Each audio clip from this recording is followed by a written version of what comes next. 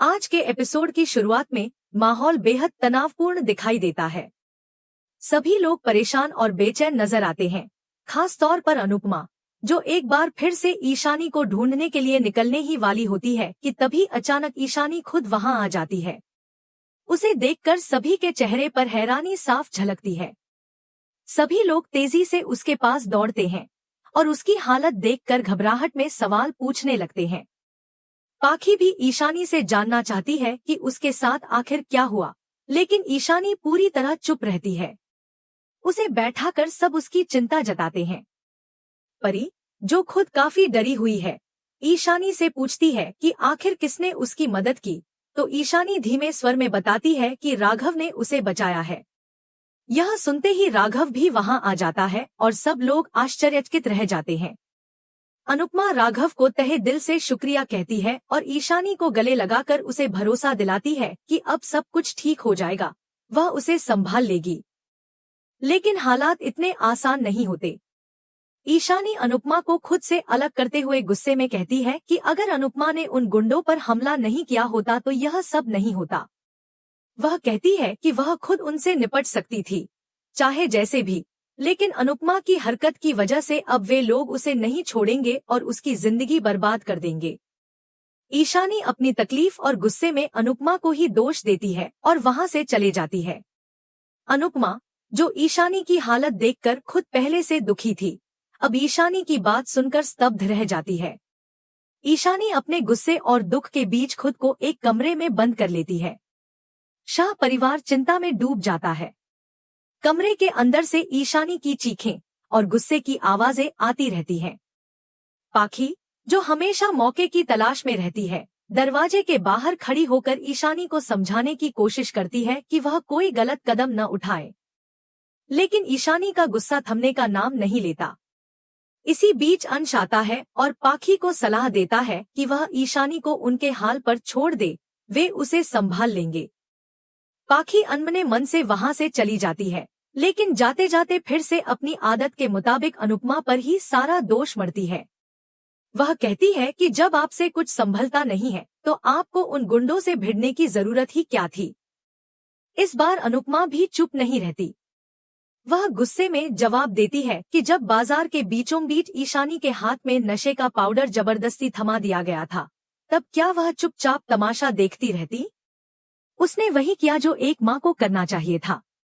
अनुपमा कहती है कि ऐसी परिस्थितियों में कोई किताब नहीं बताती कि क्या करना चाहिए और कैसे बच्चों को बचाना चाहिए। वह पाखी को तंज कसते हुए कहती है कि अगर वह वहां होती तो सिर्फ मम्मी मम्मी करती रहती, और आज जब मम्मी ने कुछ किया है तो भी उसे शिकायत है। उसे तो हर स्थिति से शिकायत है, चाहे कुछ किया जाए या ना किया जाए। पाखी भी पीछे नहीं हटती। वह कहती है कि अनुपमा चाहे जितने लेक्चर दे ले, लेकिन इससे गुंडों का मुंह बंद नहीं होने वाला। वह ताना मारते हुए कहती है कि अनुपमा को अंदाजा भी नहीं है कि वे गुंडे कितने खतरनाक हैं। अनुपमा गहरी सांस लेकर कहती है कि हाँ, वह जानती है कि वे खतरनाक हैं, तभी तो ईशानी को उनसे बचा रही थी। पाखी एक बार फिर कटाक्ष करते हुए कहती है कि फिर भी आप ईशानी को नहीं बचा पाईं, और आखिरकार एक अपराधी राघव ने ही उसे बचाया।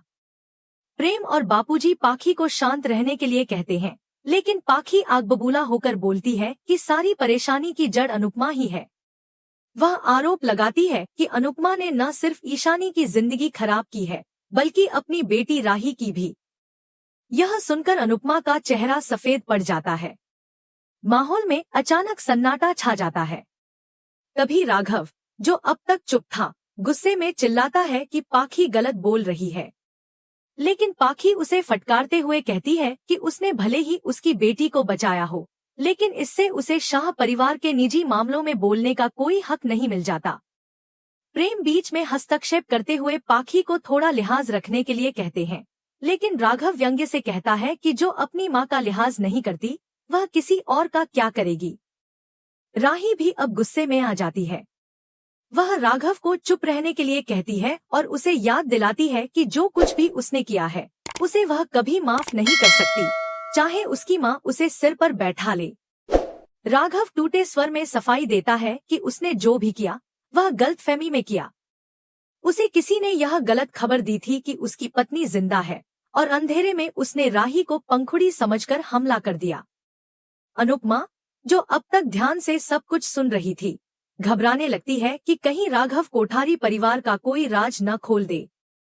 राही गुस्से में कहती है कि राघव झूठ बोल रहा है क्योंकि वह तो अपनी पत्नी के कत्ल के जुर्म में जेल गया था, फिर उसकी पत्नी जिंदा कैसे हो सकती है। वह प्रेम से कहती है कि तुरंत पुलिस को फोन करें। राघव भी अब चिल्लाता है कि उसे अगर उन पर विश्वास नहीं है तो ना करे, लेकिन उसकी गलती का दोष अनुपमा पर न डाले। राही पुलिस को बुलाने के लिए चिल्लाती है, तभी राघव जोर से कहता है कि इसकी कोई जरूरत नहीं है, वह खुद जाकर पुलिस के सामने सरेंडर करेगा। वह सबसे माफी मांगता है और बताता है कि उसने अपना केस फिर से खुलवाया है और अब वह जेल में रहकर अपनी बेगुनाही साबित करेगा। राघव आगे बढ़कर राही को पूरा सच बताने ही वाला होता है कि तभी अंश वहां दौड़ते हुए आता है और बताता है कि ईशानी अब कमरे के अंदर से कोई आवाज नहीं कर रही है। यह सुनते ही पूरे परिवार में दहशत फैल जाती है और सभी लोग तुरंत ईशानी के कमरे की ओर भागते हैं। दूसरी ओर कोठारी परिवार में पराग अपनी वसीयत का जिक्र करता है। वह प्रेम, आर्यन, राजा और बादशाह को बराबरी से संपत्ति देने की बात करता है, लेकिन जैसे ही गौतम को पता चलता है कि वसीयत में उसका नाम नहीं है, वह गुस्से से तिलमिला उठता है। वह मन ही मन सोचता है कि सारी जिम्मेदारियां तो दामाद निभाते हैं और सारा हिस्सा बेटों को मिल रहा है। इसी दौरान प्रार्थना वहां आकर सबको बताती है कि ईशानी मिल गई है और उसे राघव ने बचाया है। यह खबर सुनते ही अनिल, पराग और मोतीबा हक्के बक्के रह जाते हैं। मोतीबा प्रार्थना से कहती है कि वह प्रेम, राजा और राही को जल्द से जल्द वापस बुलाए, लेकिन इसी बीच पराग गुस्से में बड़बड़ाता है, जिससे माहौल और ज्यादा तनावपूर्ण हो जाता है। जहां सभी लोग ईशानी के अचानक गायब हो जाने को लेकर बेहद चिंतित नजर आते हैं। अनुपमा बिना वक्त गंवाए ईशानी को ढूंढने निकलती है, लेकिन तभी ईशानी खुद लौटकर आ जाती है। उसे देखकर सभी लोग हैरान रह जाते हैं और दौड़कर उसके पास पहुंचते हैं। ईशानी की हालत देखकर सबके चेहरे पर चिंता साफ झलकती है। पाखी उससे लगातार सवाल करती है, लेकिन ईशानी चुप रहती है। सभी उसे बैठाकर तसल्ली देने की कोशिश करते हैं। परी धीरे से पूछती है कि आखिर उसे किसने बचाया, जिस पर ईशानी बताती है कि राघव ने उसकी मदद की थी। तभी राघव भी वहां आ जाता है, जिसे देखकर सब और ज्यादा हैरान हो जाते हैं। अनुपमा राघव का आभार व्यक्त करती है और ईशानी को गले लगाकर भरोसा दिलाती है कि अब सब ठीक हो जाएगा। लेकिन ईशानी गुस्से में अनुपमा को धक्का देती है और आरोप लगाती है कि अगर अनुपमा ने उन गुंडों को नहीं मारा होता तो उसकी जिंदगी इस मोड़ पर नहीं आती। वह कहती है कि वह खुद अपनी समस्या को सुलझा लेती, लेकिन अब तो गुंडे उसे छोड़ेंगे ही नहीं। यह सुनकर अनुपमा स्तब्ध रह जाती है। ईशानी गुस्से में खुद को कमरे में बंद कर लेती है। शाह परिवार चिंता में डूब जाता है, जबकि बाहर पाखी ईशानी को समझाने की कोशिश करती है कि वह कोई गलत कदम ना उठाए। अंश भी पाखी को शांत रहने और ईशानी को खुद संभालने की सलाह देता है, जिससे पाखी गुस्से में अनुपमा पर फिर से दोषारोपण करती है। पाखी कहती है कि जब अनुपमा से स्थिति संभल नहीं रही थी तो उसे उन गुंडों से भिड़ने की जरूरत ही क्या थी। अनुपमा गुस्से में जवाब देती है कि जब बाजार में उन गुंडों ने ईशानी के हाथ में नशे का पाउडर पकड़ा दिया था तब वह क्या करती। क्या बच्चों को नशे से बचाना भी किताबों में लिखा है। वह पाखी से पूछती है कि अगर वह होती तो क्या करती। पाखी कहती है कि मम्मी तो हमेशा लेक्चर देती हैं, लेकिन असली खतरे से नहीं लड़ सकती। अनुपमा कहती है कि वही खतरा देखकर वह ईशानी को बचा रही थी। पाखी ताना मारती है कि फिर भी वह ईशानी को नहीं बचा सकी और अंत में एक अपराधी ने उसकी जान बचाई। प्रेम और बापूजी पाखी को शांत रहने के लिए कहते हैं, लेकिन पाखी कहती है कि सारी परेशानी की जड़ अनुपमा है, जिसने न सिर्फ ईशानी की जिंदगी बर्बाद की बल्कि राही की जिंदगी भी। राघव चिल्लाकर पाखी को रोकने की कोशिश करता है, लेकिन पाखी उसे भी सुनाती है कि पारिवारिक मामलों में उसे बोलने का हक नहीं है। प्रेम भी पाखी को शांत करने की कोशिश करता है, लेकिन पाखी कुछ भी सुनने को तैयार नहीं होती। राघव कहता है कि जो अपनी मां का लिहाज नहीं कर सकती, वह दूसरों का क्या करेगी। राही राघव को चुप रहने के लिए कहती है, लेकिन राघव अपनी सफाई में कहता है कि जो कुछ भी हुआ वह एक गलतफहमी थी।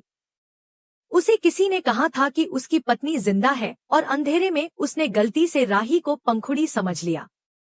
अनुपमा डरती है कि कहीं राघव कोठारी परिवार का बड़ा राज न खोल दे। राही गुस्से में पुलिस को बुलाने की बात करती है, लेकिन राघव खुद सरेंडर करने की बात कहता है और सभी से माफी मांगता है। वह बताता है कि उसने अपना केस रीओपन कर दिया है और वह जेल में रहकर अपनी बेगुनाही साबित करेगा। इसी दौरान अंश दौड़ता हुआ आता है और बताता है कि ईशानी कमरे के अंदर से कोई प्रतिक्रिया नहीं दे रही है। सभी घबरा जाते हैं और दरवाजा तोड़कर अंदर घुसते हैं। वहीं कोठारी परिवार में पराग अपनी वसीयत की बात करता है, जिसमें वह प्रेम, आर्यन, राजा और बादशाह को बराबर का हिस्सा देने का निर्णय करता है। गौतम जब जानता है कि उसका नाम वसीयत में नहीं है तो वह गुस्से से भर जाता है और सोचता है कि फर्ज निभाना दामाद का और संपत्ति लेना बेटों का बन गया है। इसी बीच प्रार्थना सबको बताती है कि ईशानी मिल गई है और राघव ने उसकी मदद की है। यह सुनकर अनिल, पराग और मोतीबा चौंक जाते हैं। मोतीबा प्रेम, राजा और राही को वापस बुलाने के लिए कहती है। पराग गुस्से में सोचता है कि राघव का सच सबके सामने आना ठीक नहीं होगा। वह गौतम को रोकता है कि पुलिस को न बुलाए। आर्यन और गौतम के बीच भी तकरार होती है। आर्यन बिजनेस में हिस्सेदारी मिलने से खुश है, जबकि गौतम उसके इरादों पर शक करता है। दूसरी तरफ अनुपमा देखती है कि ईशानी ने आत्महत्या की कोशिश की है, लेकिन वह वक्त रहते उसे बचा लेती है। ईशानी टूटकर रोती है और बताती है कि ड्रग डीलरों के पास उसका वीडियो है और वे उसे ब्लैकमेल कर रहे हैं। वह मरने की जिद करती है, लेकिन अनुपमा उसे बहुत प्यार से समझाती है। तभी तोशु को पुलिस से फोन आता है और जानकारी मिलती है कि राघव ने सरेंडर कर दिया है और ड्रग डीलर्स पकड़े जा चुके हैं। उनके अड्डे से एक पेन ड्राइव मिली है जिसमें लड़कियों के वीडियो थे। यह सुनकर ईशानी को काफी राहत मिलती है और वह अनुपमा से लिपटकर रोती है। अनुपमा उससे वादा लेती है कि अब वह नशा नहीं करेगी और ईशानी भी मान जाती है। बापूजी और लीला पाखी से कहते हैं कि अब अनुपमा से माफी मांग लो। पाखी शर्मिंदा होती है, लेकिन राही अब भी अनुपमा से नाराज है और अपने गुस्से को पेपर पर उतार रही होती है। प्रेम राही को समझाता है कि वह खुद को अनुपमा की जगह रखकर सोचे, लेकिन राही कुछ भी सुनने को तैयार नहीं होती। प्रेम उसे थोड़ा हंसी मजाक करके समझाता है और दोनों कुछ खास पल बिताते हैं। इसी दौरान माही और आर्यन की गुपचुप बातचीत होती है। माही आर्यन को बताती है कि पराग ने उसे बिजनेस में आधा हिस्सा देने का फैसला किया है। आर्यन खुश होता है, लेकिन माही उसे चेतावनी देती है कि राही इसे स्वीकार नहीं करेगी और वह पराग को अपना फैसला बदलने के लिए मना सकती है। आर्यन माही की बातों से सतर्क हो जाता है। दूसरी ओर परी माही से सवाल करती है कि वह आर्यन को राही के खिलाफ क्यों भड़का रही थी। माही कहती है कि वह सही कर रही है, लेकिन परी उसे चेतावनी देती है कि वह प्रेम, राही और आर्यन से दूर रहे और कोठारी परिवार के मामलों में दखलंदाजी न करे। अनुपमा दुखी मन से सोचती है कि राही अभी भी उससे नाराज है। तभी उसे यशदीप का मैसेज आता है, जिसमें नए बिजनेस ब्रांच की ओपनिंग का फोटो होता है। उस फोटो में अनुपमा पंखुड़ी को पहचान लेती है और चौंक जाती है। वह सोचती है कि क्या वाकई पंखुड़ी जिंदा है। आने वाले प्रोमो में दिखाया जाता है कि अनुपमा पंखुड़ी का सच सबके सामने लाएगी और राघव से मदद मांगेगी। वहीं मोतीबा सोचती है कि अब परिवार पूरा हो गया है, लेकिन अनुपमा जानती है कि कोठारी परिवार की कहानी अभी अधूरी है और जल्द ही एक नया किरदार शो में एंट्री करेगा, जिससे कहानी में नया तूफान आएगा।